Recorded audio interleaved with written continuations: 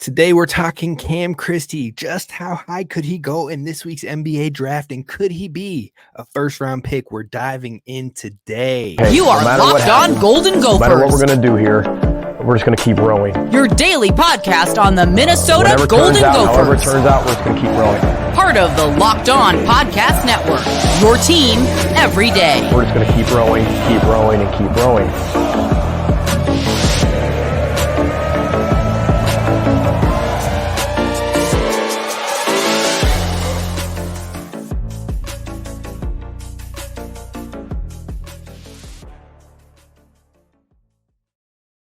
What up, Gopher fans? You're listening to Locked On Golden Gophers, part of the Locked On Podcast Network, your team every day. My name's Kane Rob, host of the podcast, former collegiate football video coordinator and recruiting assistant, here to talk Golden Gophers with you each and every day of the week, Monday through Friday. Now, we've been on a little bit of an on and off schedule in this offseason, doing 3 days a week, but we're going to be sure to dive in today with some Gophers draft talk, because Cam Christie has a chance to be an NBA draft pick in this year's NBA draft, as well as possibly even a first rounder. We're going to dive into what awaits Cam Christie this week in the NBA draft, what he brings to a team, his strengths and his weaknesses, but then we're going to dive into potential range of outcomes for him, and maybe some teams that he could be a really good fit on, and other teams that maybe I would want him to steer clear from. We'll see what happens with it all, but we're going to talk a whole lot of Cam Christie, because he could be the Gophers' first draft pick since 2020, and the first rounder, maybe, fingers crossed, hoping, since 2004. So we're going to show love for Cam Christie today. We're also going to talk about how the Gophers lost another commitment in Nelson McGuire, what it means for the Gophers moving forward. But I did rock the Boston Celtics championship hat today because, look, the squad got it done. Hopefully, I will be rocking a Gophers Big Ten championship hat sometime in my lifetime, but we will see what happens there. But I had to do it because I'm just proud of the squad getting the job done. Also, shout out to the Carroll family, Brett Carroll's family. I know that they were some Maverick fans, and I know this might hurt a little bit seeing this one, but I had to pull it out for, I haven't got to do this in 16 years, so I had to get it done. But anyways, we're talking Gophers today. We're talking Gophers hoops, potentially getting drafted to the NBA. Could he land with the Celtics? Could he land with the Wolves? We're going to dive into all of that with Cam Christie. So first, let's talk about what Cam Christie brings to the NBA, but also what awaits him this week. So what would a team get in Cam Christie? That's the first question. He averaged 11.3 points per game last year, 3.5 rebounds, 2.2 assists, 0.6 steals, and 0.3 blocks per game. Now, he shot 40.9%, so basically 41% from the field, and 40.3%, I believe some have it as 39 point something percent from the three-point line, but regardless, shooting about 40% from deep, which is fantastic from behind the three-point line. He's also an 80% free throw shooter from the foul line. So overall, he put up really good numbers as a true freshman in the Big Ten Conference, which is a high major power conference. He made an impact very early on in the season, and he is hopefully helping Minnesota in their recruiting stages moving forward, because people see what Cam Christie did and how he made an impact right away, and how they could maybe do that moving forward. We talked about it with Amari Allen, who recently had an unofficial with the Gophers, looks to be having an official visit in August, around the time of week 1 football versus North Carolina here in Dinkytown. So hopefully that holds a good impression for him and future recruits moving forward. But when we're talking about Cam Christie, he was on the Big Ten freshman team for a reason. This dude really showed out as a true freshman. He put up better numbers than his brother Max Christie, who has been slowly finding success in the NBA. His brother was talked about as having left too early for the NBA draft. Now, there might be some Gopher fans that feel that same way, but maybe he doesn't stay with the Gophers if he doesn't go to the draft. So I'm glad to see the only college uniform Cam Christie ever put on was a Gopher uniform.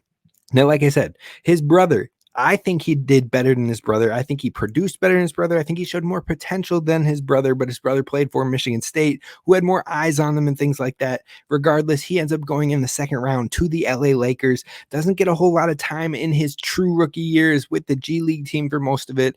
Then he comes up this past season And I would count this more as his rookie season and playing on and off with the Lakers, but showing spurts of scoring, showing spurts of really hot shooting, and being a potential future piece for the new JJ Redick-led Lakers. So we'll see what happens with Max Christie, but I think Cam Christie's game has a little bit of his brother's game into it, but I think there's a different NBA player that I see a lot of his upside, his play style, and everything like that in Cam Christie, and that is Chris Middleton of the Milwaukee Bucks. He has been an all-star in multiple years of his career. He has won a championship. Chris Middleton is dangerous from the pull-up, can shoot the three-point shot, shoot the mid-range shot, can create off of his own dribble, and is really great in the pull-up game.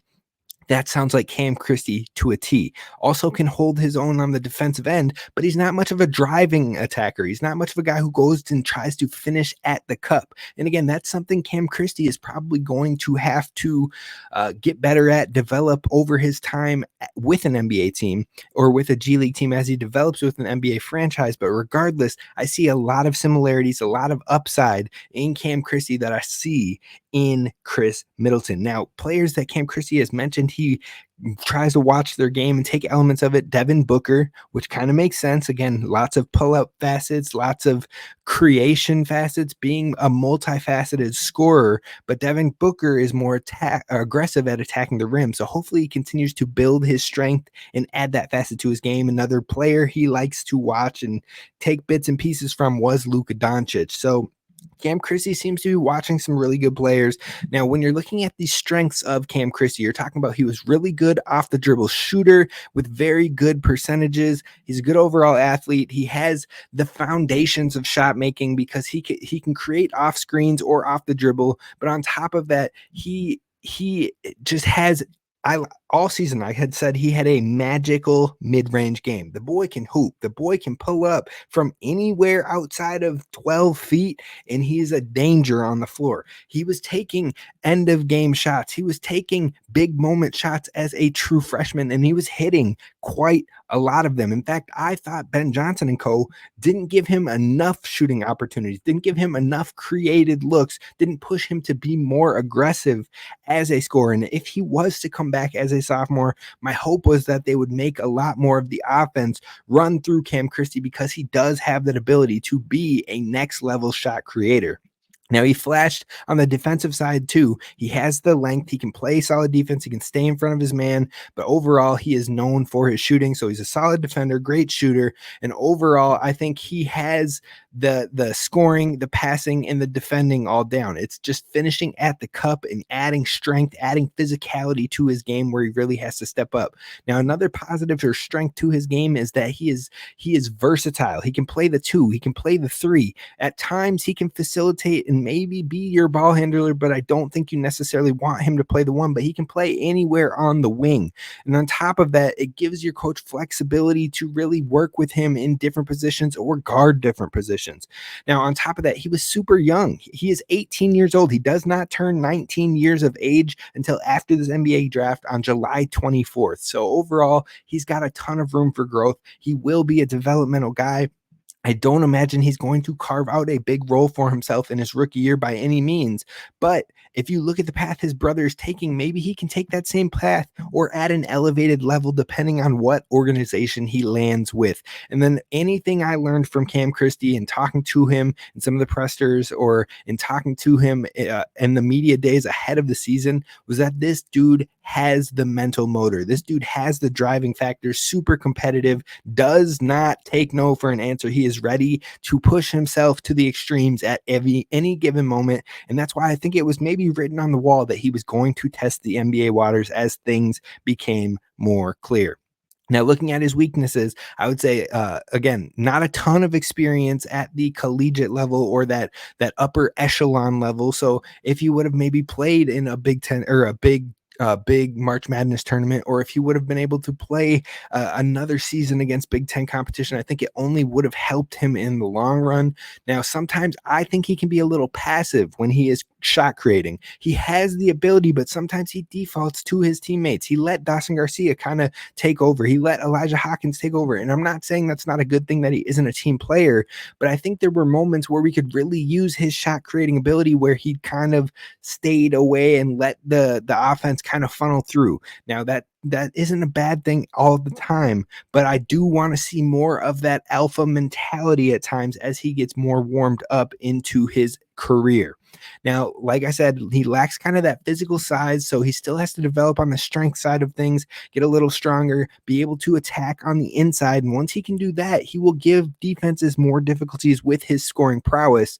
And so overall, he's a little bit raw offensively, but he has a whole lot of upside. And like I said, if he gets stronger physically, I think he's going to be a nice player that could carve out a rotational minutes in the NBA. Now, also, I think some of his inbounding IQ, his inbounding passing, had some bad decisions in his time with the Gophers. We'll see if that's the type of position he is put in, or if he is going to be the person the inbound play is run for, having his spot up ability and being able to catch and shoot on a dime. So maybe we were just using him wrong to have him be passing the ball inbounds in the late game sessions in the first place. But overall, you look at his accolades. He was a 2-time Big Ten Freshman of the Week, all Big Ten freshman team, second on the Gophers team in points per game, and threes. He had a career high of 23 points versus Illinois, who was a top team in the nation. And on top of that, he scored in double figures in 21 of his 33 games. And a great shooter, both on the floor and from the 3-point line. Now, what we're going to talk about next is dream fits for Cam Christie. What range could he be drafted and what teams have looked at him? Where has he worked out? And then some. We're diving into it all coming up next. First, let's talk to you about our friends over at FanDuel, because right now, this summer, FanDuel is hooking up all their customers with a boost or a bonus daily. That's right. There's something for everyone every day, all summer long. So if you love sports like I love sports and you never want them to stop, then you definitely need to find yourself on over to FanDuel.com/lockedon, because the playoffs are winding down. Tonight is the last hockey game of the night. Somebody will be crowned a Stanley Cup champion. I think it's going to be Connor McDavid. The dude is absolutely nasty, filthy on ice, and I think he's going to get the job done. But this is some of the last times you can bet on hockey until the next season starts. So sports aren't sportsing quite like we want them to, but now you can continue to get in on the action over at FanDuel. So go to FanDuel.com/lockedon and start making the most of your summer with their boat boost or bonus daily. That's something for everyone, every day, all summer long. FanDuel, official sports betting partner of Major League Baseball and of Locked On.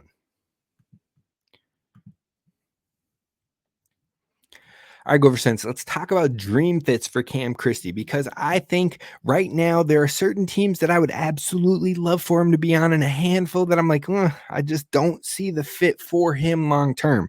Now, when we're talking about Cam Christie, I think he's going to fall in that late first, early second range, anywhere from pick 26 to pick 40. I think that's how things have really been shaking out. Now, he did some positive for himself in the NBA draft combine, but he didn't scrimmage, which was an interesting choice because it took away some of the upside to push himself clear into that first round category. But that being said, as he's worked out with teams and what have you, he has been finding himself ticking up the draft boards according to NBA draft analysts. So overall, I think he rides somewhere in that early second or late first range.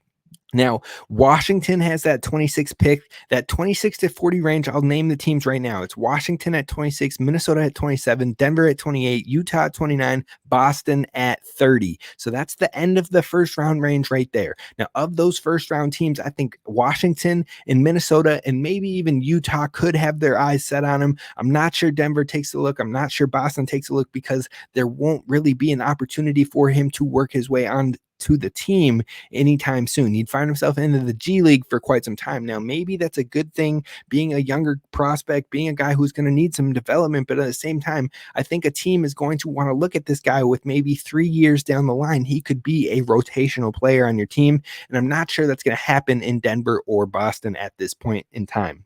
Now, Washington, Minnesota, Utah all seem interesting to me because they're teams that could maybe sneak a guy like that into the rotation after a couple years.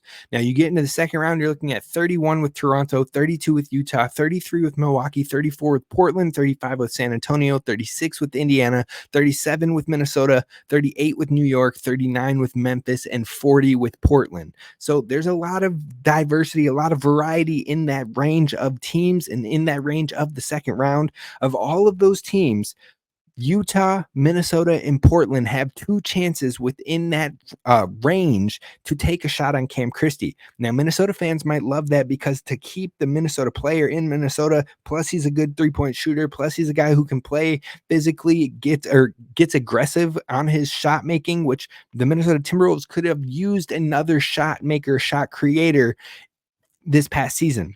Ant took on a lot of the scoring load, but when Karl Anthony Towns' shot wasn't falling, when Jaden McDaniel's shot wasn't falling, the scoring prowess all fell on Ant's shoulders. So if 2 to 3 years from now, Cam Christie could really develop himself into that Chris Middleton type that I've already brought up, that could be massive for the Minnesota Timberwolves or any team that lands him. So like I said, Utah, Portland, Minnesota all have two chances in that range. Now, from what I have seen so far, Cam Christie has worked out with Portland, has worked out with Minnesota, has worked out with Milwaukee, and has worked out with Washington. Those four teams he has done team workouts with prior to this NBA draft, and I've heard positive things from him. Now, options that I think could be on the board that would be successful for Cam Christie include Utah, Toronto, Washington, and Portland. Now, all four of these teams might not come off as sexy, but he would maybe carve out a role sooner than later with these teams that are all very much into the building stages. I don't think any of those teams are sniffing the playoffs anytime soon. So Utah Jazz, Toronto Raptors, Washington Wizards, and Portland Trailblazers all could have Cam Christie maybe working a little bit in the G League, maybe a two-way type player, and then all of a sudden finding some more minutes as the season goes on, as he gets more confident, as he works his way up to the speed of it all. And then maybe by year two, similar to his brother, he is finding himself into a rotational role. Now, of those teams, Toronto has a way of finding great spots for their players that they are planning for. And if they're planning for Cam Christie, then I would trust what the Raptors are trying to do. They found gems in Fred VanVleet, in Pascal Siakam, OG Anunoby, Chris Boucher, and all of those players were late first rounders or into the second round or even undrafted. Now, negatives in this range for me, I would say the Pacers. I think they play at such a high speed, at such a fast pace, and lots of like driving, trying to get inside to the lane. I think that doesn't really fit Cam Christie's play style and what he had showed in his time here in Minnesota. I'm not sure that's a good fit. And then on top of that, I think the Knicks could be more of a negative fit as well. They have found some late gems over the last couple years, whether it be second rounders, undrafted guys, or what have you. But we know here in Minnesota, when Tom Thibodeau was here and now he's with the Knicks, that he really runs with his core of guys, and those are the people he kind of runs into the ground. We saw the injuries pile up this playoffs, so it could be hard for Cam Christie to work his way into a rotation. So that would be a nay from me. Now, outside of those two, I think on the development curve, so not a team that's struggling like a Washington or like a Portland Trailblazers, but somebody where maybe he goes to the G League for a year or two and really develops and tries to grow into a role with the team. I think that's where the Timberwolves get really interesting. I think that's where the Grizzlies could be interesting. And then Milwaukee. Now, these are places where he might not get time right away, but he fits a role that could spark into the rotation once he gets comfortable. And like I said, Milwaukee could be a fun development because that's an option where, again, I think stylistically he plays a lot like Chris Middleton. So if you can work directly with Chris Middleton and pick up little tidbits and little habits and figure out his mentality and how he got to where he was and maybe help spur your career and spark your career quicker to get to that type of level, I think that could be huge for Cam Christie. So Milwaukee is an interesting one. But of all the options in that range, I would say my most favorite and preferred option for Cam Christie is with the San Antonio Spurs.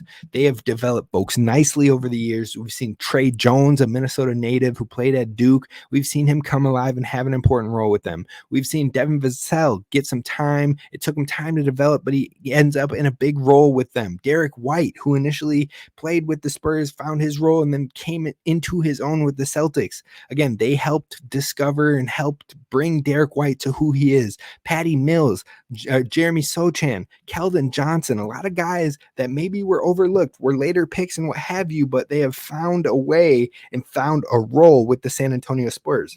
He could work really well. And then on top of that, I think they would have a role that suits him. He could be a guy who spaces the floor for a Victor Wembanyama. So overall, that could really help because he could bring that three-point shooting prowess and help space out the floor for Wemby, who will have all of the attention. And eventually, he could be a more aggressive shot creator if needed. So my favorite spot for Cam Christie is none other than the San Antonio Spurs. Now, we will find out what happens this Wednesday or Thursday and where Cam Christie is headed next, and we'll be sure to talk about it here at Locked On Golden Gophers. But to close today's show, we got to talk about another Gopher who decommitted and what it means for Minnesota moving forward. That's what's coming up next.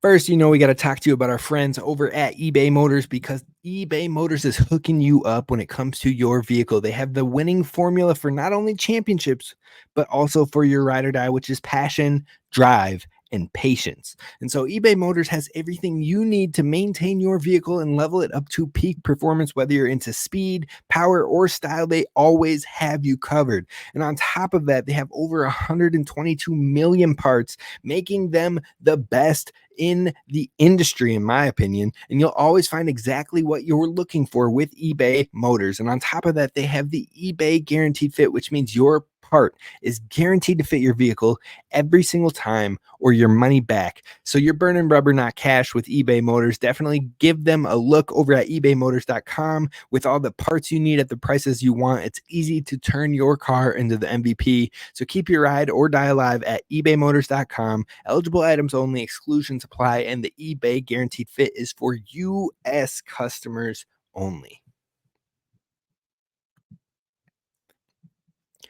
All right, Gophers fans, we're wrapping it up. Minnesota had some bad news this week. They got a decommit in Nelson McGuire, offensive lineman from Texas, had a whole bunch of upside. Big boy, he was getting ready to come through. And since committing to Minnesota on June 9th, there's been a lot of movement, a lot of activity from Nelson McGuire. So maybe it isn't as surprising when you look at what has been happening over the last couple weeks. Now, he was the highest rated offensive lineman to commit to Minnesota in their current draft class. He was the one of 23 players in the class. I believe he was one of 5 or 6 offensive linemen committed to Minnesota. So it does sting a little bit to have your highest rated one with a whole bunch of upside end up deciding this isn't the right fit.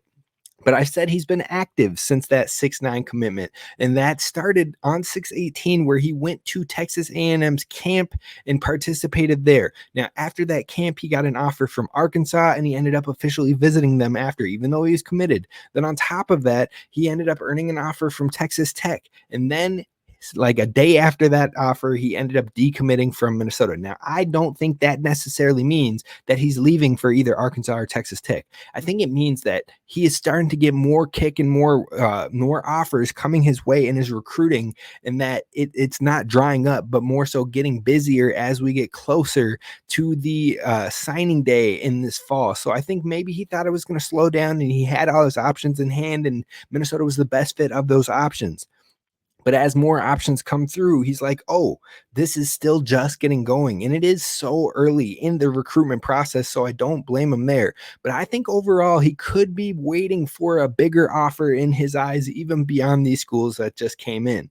I think he could be waiting for Texas A&M, where he ended up going to their camp in the first place. So it's very unfortunate, but it isn't damning for Minnesota in the long term. We just talked about on this show last week how Minnesota has 4 other offensive lineman commits in this class, 1 in next year's class already in 2026, and 10 across the classes of 23, 24, and 25, even without Nelson McGuire. So overall, the Gophers are still in really good hands from the offensive line position. Last year's class in 2024 had some absolute studs, and Nathan Roy, Brett Carroll, both of them being All-American Bowl players, both of them being 4-star guys, and both of them being potentially future starters for this Gophers team.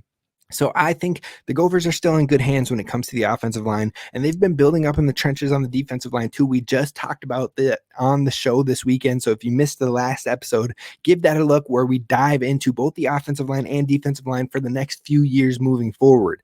Now, although Nelson McGuire decommitting, it kind of stinks. You never like to see someone decommit. It is not the end of the world. Every year, the Gophers and every other program in America, so don't let other rival fans tell you otherwise, they always have a few decommits, and the rankings for the Gophers specifically are always higher in the late teens to the early 20s at this point in the game. But as other recruits start to commit, as other names, higher rated recruits start to commit, that's when we see the Gophers start to trickle back, because they are always active and aggressive in the early parts of recruiting. And then they kind of focus the back half of recruiting on keeping their players committed and ready to row. So overall, the Gophers will probably finish in the mid to late 30s in this recruiting session. And that's something they've seen pretty consistently over the years with Coach PJ Fleck. But overall, we're going to wish best of luck to Nelson McGuire. Hopefully he finds the right fit. But it's also, like I said, a gentle reminder that those getting built up on Minnesota being in the top 20 range for recruits, it's still very, very early. This one player loss dropped Minnesota from 19 to 25 over on 247 Sports when it comes to the recruitment rankings. And as other commitments keep diving into the bigger, more blue blood commitments and whatnot, they'll start to move up the ladder again like we're used to seeing them, which means Minnesota will likely fall to their average range in the PJ Fleck era. So overall, I think the Gophers are sitting in a healthy spot, but we'll see what happens with this class. Now, other names in the last couple of days that have committed, that visited Minnesota but did not commit to Minnesota. Donovan Robinson was a name we were waiting on. He was between Washington, Minnesota, and potentially going back to Virginia, who he initially committed to. He ended up committing to Washington, so you can take him off the board. Running back Jermeco Green, who put out a list of 6 schools, including 2 Texas schools in Houston and TCU and Arizona and Minnesota and 2 others. Didn't have SMU on his most recently tweeted list, but then weeks before that had SMU on the list, ends up committing to SMU. So it seems like he's kind of playing games here and there, trying to put out logos and make it look bigger than it is, but best of luck to him at SMU. And then we've still got 2 players kind of waiting, haven't made their decisions, but are making them probably before this month wraps up. But both of them have been crystal balled elsewhere. And that's running back Kentrell Reinhardt. He's crystal balled to North Carolina State. And then defensive lineman Darry Norris is crystal balled to stay home and play for Miami. Now, if all of those play out, that leaves 2 more players who have visited Minnesota and still have them in consideration. That's Terrence Smith, the wide receiver from Illinois. He is looking at Minnesota and Iowa. And then Hammerback, the offensive lineman, who is looking at Nebraska, Texas Tech, in Minnesota. Now, of those 2, I know Minnesota is pushing hard for Terrence Smith. He just finished his Iowa visit this last weekend. And even today, tons of current Gophers trying to show him, look, you know what it is. Even a current Gopher recruit and the quarterback in Colic tweeted at him, tweeted a picture of him and said, let's keep the pig where it belongs right here in Minnesota, seeing as that's who he's considering is Iowa, the rivalry and that trophy. He said, let's keep it right here where it belongs. On top of that, Darius Taylor chimed in, Max Brosmer chimed in, and many other current Gophers players. They're all making the push for Terrence Smith. So that's going to be a big name on Minnesota's list moving forward. And hopefully we'll have news in the very near future on him, and hopefully it's positive news. But that's going to do it for us on today's show of Locked On Golden Gophers. I hope you enjoyed it. Be sure to hit subscribe over on YouTube, and we will see you later this week where we'll dive into some basketball talk on both the men's and women's side. Until then, row the boat, Sky Mago Gophers, and as always, don't forget to hit subscribe.